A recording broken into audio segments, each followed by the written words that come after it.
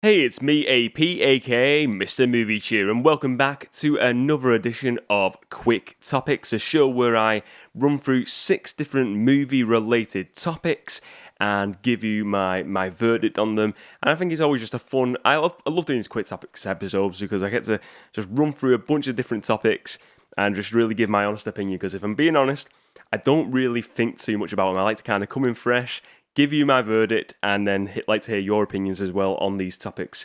So let's get to it, and let's get to the first topic. So the first topic today is the movie room editions for the second half of 2024. We're in nearly halfway through this year now, and it's wow, it's gone quick already, hasn't it? This one, it always does. But yeah, 2024 new movie room edition. So if you've been watching along with the podcast, I've been mentioning probably recently, I've kind of been spending a bit more time in this movie room. This is the movie room I lurk in, and I've been spending more time in it because I'm with my my job, not the movie cheer cinema job. You know, I run the local town cinema in Movie Cheer Town, but my other job as well. I've been doing a bit more working from home now, as it seems like everyone on the earth seems to do this home working business nowadays. But I'm spending a lot more time in this room, in the movie room. And this movie room's kind of like my home gym. Home gym come meets. So I tell you what, this movie room stinks by the end of the day. It's like home gym, a place where I'm spending like 7-8 hours a day working as well. And it must smell. I mean, to me it smells great, but to other people it probably stinks. But movie room editions, I'm spending more time in here. I decided when I was going to start doing more work in it to make it even more welcoming and more like a room I'd want to kind of just like that really is an extension of myself. And that's why like recently I've been buying a lot of like wrestling figures. Put some shelves up, I put some DVDs up in there, and just like it displayed, like kind of like my memories of going like the video shops as a kid. And you know, I've got like that new Planet of the Apes artwork that I showed on a recent video as well. And I'm kind of like just looking now for little bbits of, I kind of want it to be a bit like for the movie room editions in the room, some more movie related posters, maybe some like I don't know, just something unique. I like really just like quirky stuff as well sometimes. I even thought about getting some like comic books in here, but maybe related to like TV shows and movies and stuff like that.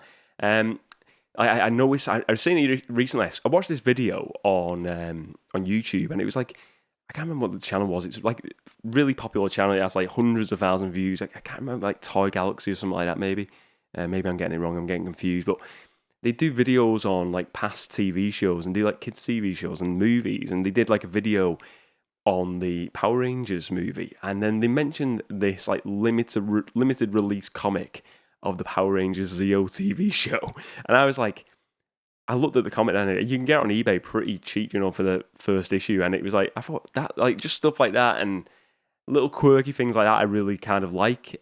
So little additions. I'm not like, for me, it's not like buy a bunch of stuff straight away. I'm one of those people I like to kind of do stuff over time, and I appreciate the stuff a bit more than if I'm kind of like, get stuff over time. But yeah, I think I've got like a blank wall behind me here, which I'm going to be getting some sort of artwork here. I want to add a few more pieces over here. And stuff like I've got like pictures from when I used to be in bands back in the day. I want to put some like photos up, a little bit of a music section as well, where I've got my guitars and stuff. I say guitars, one guitar now. Used to have a lot more, but yeah. I think it's just movie room editions is kind of like, it is coming together slowly. I've got like I brought down like some retro consoles now. I've got the N64, the SNES, the Xbox 360, which I suppose is now classed as retro. I just kind of want it to be that like even more so now. Even though it's always been this room as like a chilled out movie room where I kind of watch wrestling, watch movies, I want to add more to that now and just make it even more so. And it's really a fun process. And I think in the latter part of 2024, I'm going to add more additions to this room. And eventually I will get around to doing a little mini movie room tour, I'm sure, eventually. But yeah, and just more artwork. Maybe some better lighting as well. I think I need to get some cool lighting on the shelves. I think to showcase the wrestling figs and stuff like that. I think that'd be cool to see. But they're the additions. Movie collection regrets. I'm sure we all have them. When I say this, it's kind of like a bit of a loose term because I don't really regret much if I'm being honest. But I thought, let's a topic of conversation. Some of the regrets, movie collection regrets, and if I'm being honest, I kind of like, you know what? I don't really regret getting rid of the video collection as as a family years back. It's because it was one of the things we were moving to DVD, and as much as I appreciate video, they took up a hell of a lot of space, and it was, it's more convenient for myself now having DVDs, or, I think for most people, DVDs, Blu-rays, 4Ks, space saver really. As much as videos do look really cool, and I would like a select few, but I couldn't do a full collection. I wouldn't have the space for it. But I think for me, years ago, I had a big purge of movies, and I had literally box full under my bed in the wardrobe. And it was a case where it wasn't a case where I wasn't watching a lot of them, but it was like I was just kind of had a little bit of a purge of ones that I don't watch as much. And if I'm being honest, over the years now, I kind of years later, I ended up getting one of them DVD wallets and then keeping the artwork, getting rid of the empty cases, and I kind of swap movies out every so often with the movie collection here. And in them wallets, you can fit 200-300 movies. The amount of movies I just I either sold or gave to charity. There's nothing wrong with giving to charity. That's always a good thing. But personally, there's some movies now I look back and I'm like, oh man, I kind of wish I didn't get rid of that. And not that it's they're not super expensive movies, but it's just the convenience of something for instance, a movie I remember I had like Chaplin on DVD, the Robert Downey Jr. movie, and I really did enjoy that. But it was just one of the movies that I thought maybe I probably won't watch again, even though it's a really good movie. But now, years later, you do that thing where you're like, oh, I kind of wish I had that now. And then you look on streaming and you're just like, oh, it's not even on, you can't find it on a streaming service you got. And then you kind of think, oh man, I wish I just kept the DVD. And what I actually did do years ago, I put them all on a hard drive. And I've still got the hard drive, to be fair, so I could watch the movies. I did rip the movies to the hard drive. So I've got a bunch of those movies still. But it's one of those things I wish I had the physical form, if I'm being honest. That's the physical collector in me, I suppose. So that's the only, really regret-wise. I think it's just, I could have easily just bought one of them wallets at the time, put a bunch of them in there, and then I would have still had a lot of them now, which I kind of think, but you know what? It's gotta catch them all, it's like Pokemon. It's more fun as well, sometimes, the collection hunt of finding them movies again that you really want to get. So I think it's, it works both ways. It's bad and it's good in a way. So it's been announced that Masters of the Universe is going ahead for a reboot of the series. It's been released. It's scheduled to be released June 5th, 2026 via MGM Studios with Amazon. I think they own MGM now, don't they? So I don't know whether it's going to be a cinema release or a straight to Amazon release. It's going to be interesting. It's going to be directed by Travis Knight, who directed Bumblebee. I wasn't super keen on that movie, if I'm being honest, but I'm not really a big fan of the Transformers movies in general, to be fair. But this is the synopsis of the movie. A 10-year-old Prince Adam who crashed to Earth in a spaceship and was separated from his magical power sword, the only link to his home of Eternia. After tracking it down almost 2 decades later, Prince Adam is whisked back across space to defend his home planet against the evil forces of Skeletor. But to defeat such a powerful Prince Adam will first need to uncover the mysteries of his past and become He-Man, the most powerful man in the universe. I love the 1987 Dolph Lundgren movie. It's one of my favourite movies of all time. I like the franchise, I like the figures, I like the cartoon, bits of the cartoon anyway. But yeah, I'm kind of, I don't know, I'm kind of for one, I'm this has been in production hell for years, hasn't it? It's they've announced it so many times, and maybe it feels a bit now like it is concrete, that they've got a bit of a solid date, and they've got a director there now as well. I hope they do it. I'm kind of a bit reserving my judgment until I see it, because it's kind of like the Power Rangers movie. I enjoy that movie, but on some levels it worked well, but then other levels it was it didn't do that well. It didn't make money.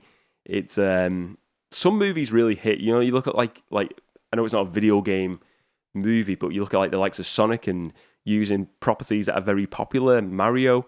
And I think for Masters of the Universe, it is a huge property. Maybe people are not aware how big that property is. Not because of the 1987 movie, but because of the toy line. The Mattel toy line. It's a huge toy line, so it's got a big fan base behind it. Whether it can kind of cross over to the mass audience, though, that is the big one. It's superhero movies struggle nowadays. Some superhero movies. So a property like Masters of the Universe, if you go down the street and speak to, Joe Average down the street and say, what about Masters of the Universe? He probably doesn't even know what it is, if I'm being completely honest. So I hope it does well. I hope it's a good movie. I don't know. It's one of them. I will definitely be watching it for sure. I hope it is amazing. I hope they get kind of like the costumes and everything to look and resemble like that toy line, but just maybe a bit more realistic, but just look cool. I'm looking forward to seeing what they do with it. I hope it is something cool and not like a really bad adaptation of Masters of the Universe. I think it's hard because you've got to settle please a lot of audiences. You've got to please the mass audience, but there's a huge fan base who want to see a certain adaptation of Masters of the Universe. And maybe a lot of people have different ideas. I'm sure they do of what they want to see as Masters of the Universe. But I'm looking forward to seeing what they come up with, and I'll definitely be watching it at the cinema or on Amazon. Superman, trunks or no trunks? What is better? So a few leaks have come out this past few weeks of David Coruscant, or how do you say his name? Coruscant, I don't know, of his new Superman suit, and it has been revealed that he is, James Gunn is bringing back the trunks for his version of Superman for David Coruscant. So really, I'll be honest, I'm looking at this suit here, and it's very reminiscent of Christopher Reeve's suit. Very bright blue. In comparison, I'm comparing it to Henry Cavill's Superman, where he didn't have the red trunks. He was just pure blue, like a very dark blue as well. Very metallic-y type look to his suit. I really enjoy that Man of Steel movie. I like Henry Cavill's version of Superman. I like the suit as well. I thought it was really good. I think it looked really edgy. I think it really suited that tone of movie. But it depends. I think for this one, it feels like to me they're going for a bit more of a brighter, kind of a bit more feel of the original movie, the original Superman movie with this new version of Superman. And if I'm being honest, I do like the look, even though I was a bit skeptical at first. But I'm looking more to look at it. I think if they go for that more of a Christopher Reeves type Superman rather than that kind of darker tone of Man of Steel, I think the trunks kind of like suits it okay. I think it's okay. I think I would prefer without the trunks. It's because it does still look a bit weird. I'm looking at them, but it doesn't look awful. I think in my mind, the idea of thinking they might bring the trunks back, it might look really, really bad. But I think it looks quite good, and I think if it fits that tone of a lighter tone of Superman movie, which I reckon they might go with here, I think it looks good. And he really, I tell you what, he just looks like Henry Cavill, this guy. He looks just a couple of years younger than Henry Cavill. They're probably not that far away in age-wise. But yeah, I think deep down, I do like no trunks, but I think for this type of movie, I'll happily say the trunks get my approval for now. Well, they'll probably CGI out the trunks now or something. They'll just be blue. But yeah, I don't mind. Check out. I don't know. I think it'll be all right for the movie. What is the best modern war movie? Now, I really do love a good war movie. Some great ones over the years that I've really enjoyed. But I think modern war movies, I don't think there's that many that come out recently over the past few years that I think I've been like, whoa, that is brilliant. But I watched one recently, and it is a movie directed by Mel Gibson, starring Andrew Garfield, and it is Hacksaw Ridge. Now, I watched this on streaming first, and I thought it was fantastic. And then I ended up picking up on DVD recently, 50p, charity shop. Cash in hand. Got that straight away.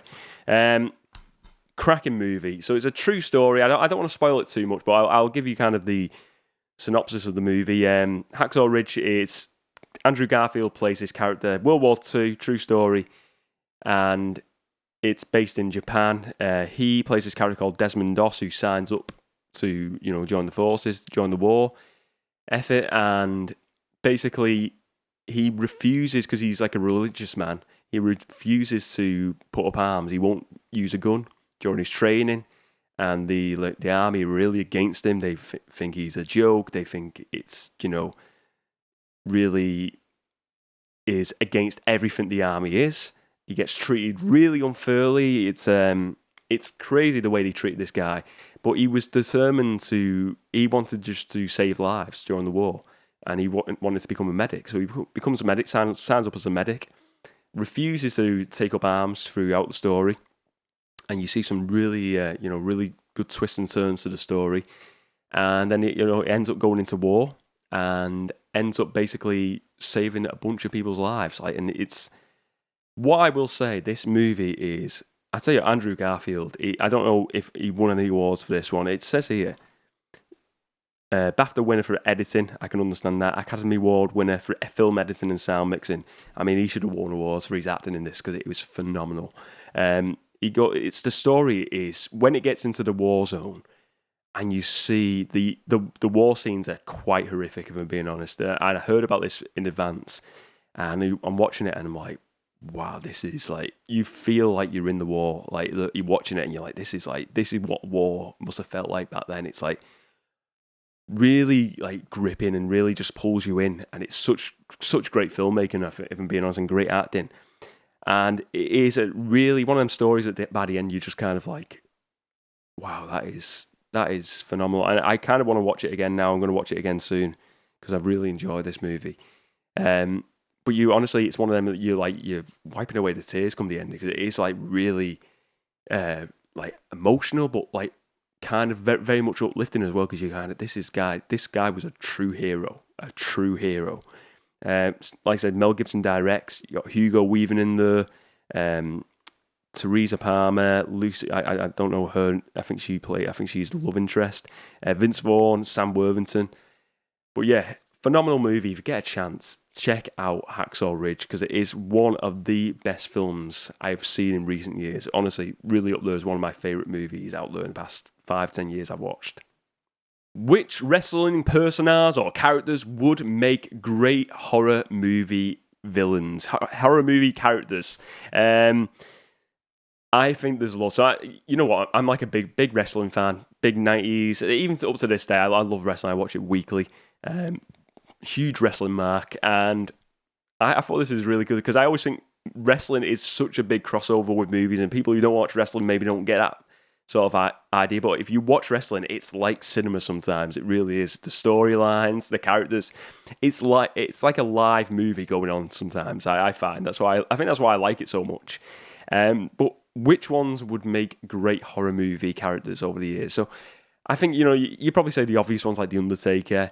I suppose more recently The Fiend, Bray Wyatt, and some of his characters, like his personages over the years, would have really. I think Bray Wyatt as the sort of like the cult leader was definitely like a kind of like a wrong turn inspired one. I think he would, like Deliverance, he would definitely fit as a really good one. But I think looking back to like the 90s as well, I think original Mick Foley as Mankind, when he was like not like the Have a Nice Day one, the one where he was like the pulling out his hair and stuff like that in interviews, and like when he first put on that mask, and he had like the brown sort of like attire, and he was just like a psychopath. He was just like, he's like a depressed psychopath. He was just like really unhinged. And I think that would have Mick Foley in general, even as Cactus Jack as well, would be another one I think would make a good horror movie villain, if I'm being honest. Cactus Jack. He again, just Mick Foley in general, because he was just such a crazy like character, like as well. If you watch his matches, I think just like the way Mick Foley is on the mic, I think he would have made a great. I think as an actor, he would have been great back in the day. I think like in his prime, I think he would have made a fantastic actor in horror movies if he ever made that transition. I think as well though, I think for me the character of Kane is the one. When he debuted, it's gotta be Kane. Honestly, it's still to this day, Kane used to give me nightmares. Kane and The Undertaker, but Kane especially as a kid. I honestly, no joke here, I used to be fearful of going upstairs in the dark as a kid because of the idea. I used to think Kane or The Undertaker would be upstairs waiting for me. And I had to, like, as a kid, I used to have like my mum and dad take me upstairs because like, oh, put the light on for me and check it out first, because that used to like really scare me, that idea. This wasn't for it forever. I got over that. But that used to, like, the original master look, and the story, it's like The Undertaker's brother, who he thought was dead, who was burnt in a fire, and then he comes back to to get revenge on his brother years later in the wrestling ring. And he's burned, you think he's burned under the mask, and obviously we found out years later he's not.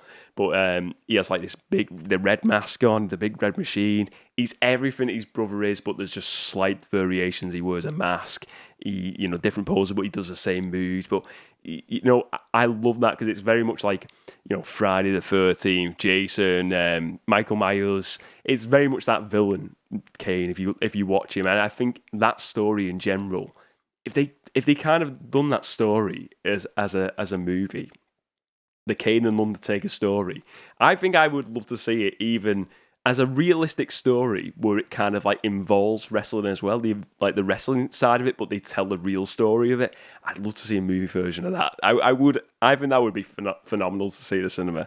I think, like I said, I think top three would be Kane.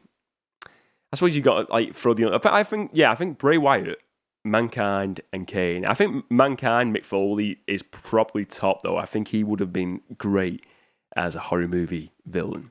Well, that's it for another edition of Quick Topics. Let me know your thoughts on all of these topics today, and let me know if you have any topics you'd like to put forward for another episode of Quick Topics. But yeah, it's been another fun episode. I've enjoyed going through all these topics. Thank you very much for watching, ladies and gents. Remember to spread a bit of movie cheer, and as always, I will see you next time.